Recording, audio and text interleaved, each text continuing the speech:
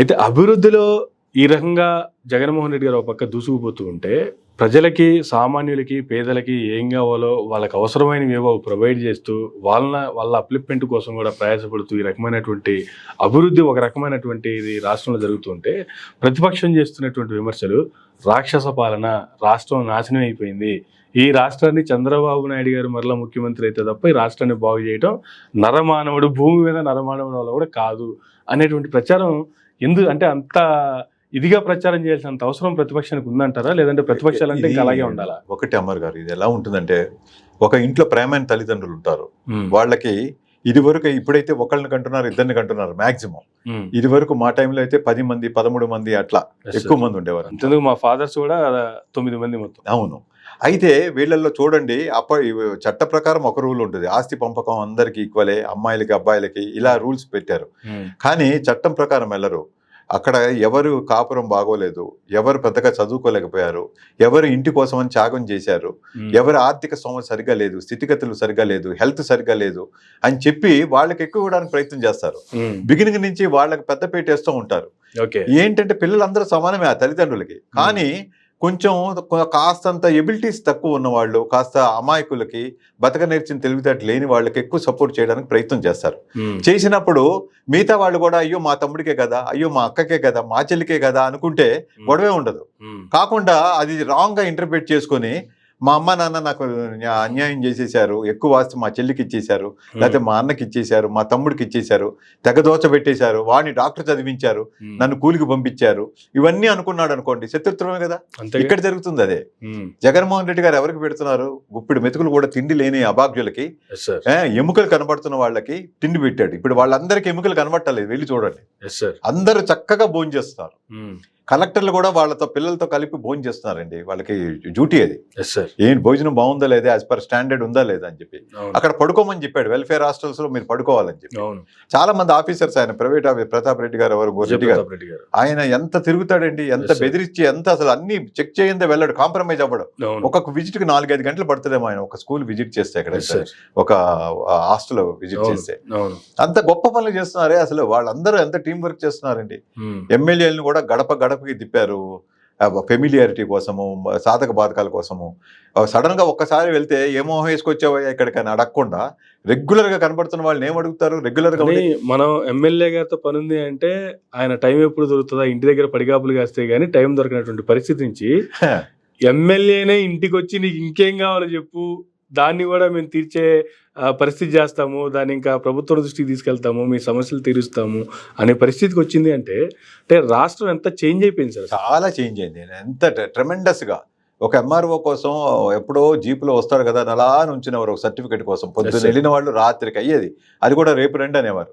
ఇప్పుడు అంటే అలాంటి గ్రూపులో ఎమ్మెల్యేతో పాటు ఎంఆర్ఓ ఉంటున్నాడు, ఒక ఎస్ఐ ఉంటున్నాడు. ఇప్పుడు కేతిరెడ్డి గారు చూడండి, హలో గుడ్ మార్నింగ్ ధర్మారం, దాంట్లో అందరూ ఉంటారు యూనిట్. వెల్ఫేర్ ఎవరయ్యా అని చెప్పి ఎక్కడికక్కడ ఇష్యూస్ సాల్వ్ స్పాట్ లోనే, దాన్ని స్పాట్ లో అంటే చిన్న చితక పెట్టి ఉంటాయండి. దానికి ఎందుకు పాపం వాళ్ళది ఒక గంటలో పూటలో పోయేది. మేజర్ ఉంటాయి అనుకోండి, అవి నోట్ చేసుకుని దానికి ఇంకా మెకానిజం ఏం కావాలి, ఎవరు సపోర్ట్ కావాలి, ఎవరి అప్రూవల్ కావాలి తీసుకుంటున్నారు, చేస్తున్నారు. ఎక్కడ అసలు నిజంగా చూస్తే స్వర్ణయుగంగా ఉందండి, మంచి పరిపాలన ఉంది.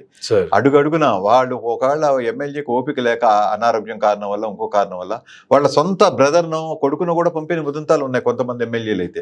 వాళ్ళు వెళ్ళలేక కొన్ని కండిషన్స్ లో. మొత్తానికైతే రిప్రజెంటేషన్ జరుగుతుంది, 100% జరిగింది. మరి ఇవన్నీ ఉన్నప్పుడు ఖచ్చితంగా జగన్మోహన్ రెడ్డి గారు గెలవక ఎవరు గెలుస్తారండి? ఇప్పుడు హైదరాబాద్ నుంచి అంతే కదా, హైదరాబాద్ నుంచి ఎవడో ఒక సినిమాకి వెళ్ళినట్టుగా, ఒక విహారయాత్ర వెళ్ళినట్టుగా ఆంధ్రాకి వెళ్ళి చిచ్చి చెమట్లు గిమట్లు అయిపోతే ఎలక్షన్లు అయిపోగానే మళ్ళీ అక్కడ కూర్చోవచ్చు అనుకునేలాగా ఉంటే ఎలాగా? ఏదో ఇదిగా వస్తారండి, ఒక మిషన్ అన్నట్టుగా వచ్చారండి.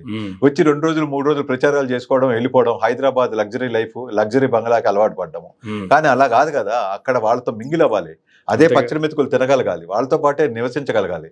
ఇప్పుడు వంగా గీత గారు పిఠాపురంలో అంతే కదా, ఆమె చూసారా, మొత్తం ఎంత కుంకుమ అంటే మొత్తం నుదురంతా ఆమె కుంకుమ పొట్లే. Yes, sir. అంత ప్రేమగా పెట్టారు, ప్రేమగా పెట్టించుకుంది ఆమె.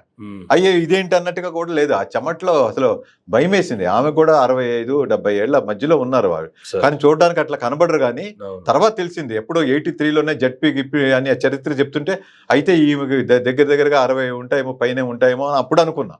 లేకపోతే చక్కగా ఉన్నారు ఆమె, ఎనర్జెటిక్ గా. Yes, sir. ఆమె ఎంత కష్టపడిందండి గుమ్మం దిక్కుతో. అసలు నిజంగా ఆమె కష్టాన్ని చూసి అవును. దేవుడు వాళ్ళని అనుగ్రహిస్తారా, లేకపోతే ఒక మేకప్ అన్నట్టుగా గిమ్రిల్లా పెట్టుకుని కేకు ఇది వేసుకుని ఫ్యాన్సీగా తయారై వచ్చిన వాళ్ళని చూస్తారా? భగవంతుడు ఎవరిని అనుగ్రహిస్తాడంటే కష్టే ఫలి. Yes, sir. ఎవరైతే కష్టపడతారో, రక్తం ఊడుస్తారో, చెమట ఊడుస్తారో వాళ్ళకి ఎప్పుడు బ్లెస్సింగ్స్ ఉంటాయి. అంతే కదా. ఖచ్చితంగా ఈ ఎన్నికలు ఎవరైతే కష్టపడ్డారో వాళ్ళే గెలుస్తారు. ఎక్కడో ఒక చోట కష్టం కూడా నీరు గారేది ఉంటే కొంచెం తక్కువ, కానీ జనరల్ గా కష్టపడే వాళ్ళందరూ నెగ్గుతారండి, ఏ పార్టీలో అయినా సరే. అది వైసీపీ పార్టీ కావచ్చు, తెలుగుదేశం కావచ్చు, ఎవరైనా కావచ్చు. Yes, sir. ఎవరైతే కష్టపడ్డారో వాళ్ళకి ఫలితం వస్తుంది. ఏ ఇండస్ట్రీలో అయినా వస్తుంది. కష్టే ఫలి.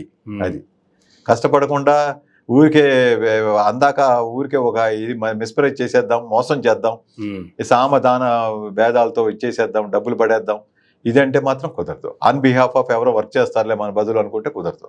అది అదే కదా ఇప్పుడు పెన్నేని ఆయన చెడ్డ అయింది అదేగా. అక్కడికి వెళ్ళిపోయినాడు ఆ గ్రామానికి ఆవేశంతో. ఆయనకి ఎంత పాపం సహనం ఏంటి నిజంగా. ఆయన నడక చూడండి మీరు. బిగినింగ్ షాట్ అది షూటింగ్ చూసినాడు, అక్కడ కొడుతున్నారు ఇద్దరు ఏజెంట్లని. వాళ్ళు వచ్చి పాపం ఈ నడుము పట్టుకున్నారు, ఆడవాళ్ళంతా వచ్చారు.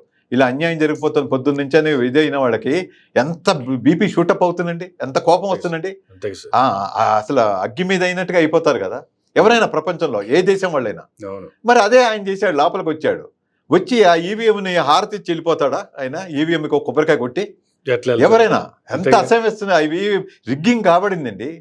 ఒక్క ఓటుతో కూడా ఓడిపోయే వాళ్ళు ఉంటారు కదా, అటువంటిది కొన్ని వందల ఓట్లు రిగ్గింగ్ అయిపోయినాయి అక్కడ, నిండిపోయింది ఆల్రెడీ అది. అది చాలా ఇది. ఆయన ఖచ్చితంగా ఆయన్ని పెద్ద మనసుతో అర్థం చేసుకోవాలి. ఈసీ కూడా చాలా మెచ్యూర్డ్ గా 11 ఇన్సిడెంట్ జరిగినప్పుడు ఈయన్ని టార్గెట్ చేయడం అనేది పరమ అన్యాయము. మేమేమి చేయలేని అధికారాలు ఉండొచ్చు కానీ ప్రజలకి చాలా బాధ కలుగుతుంది ప్రజానీకానికి. ఈ ఏ నిర్ణయమైనా ఆయనకి ఎగ్నెస్ట్ గా తీసుకున్నట్టయితే అది తప్పే అవుతుంది.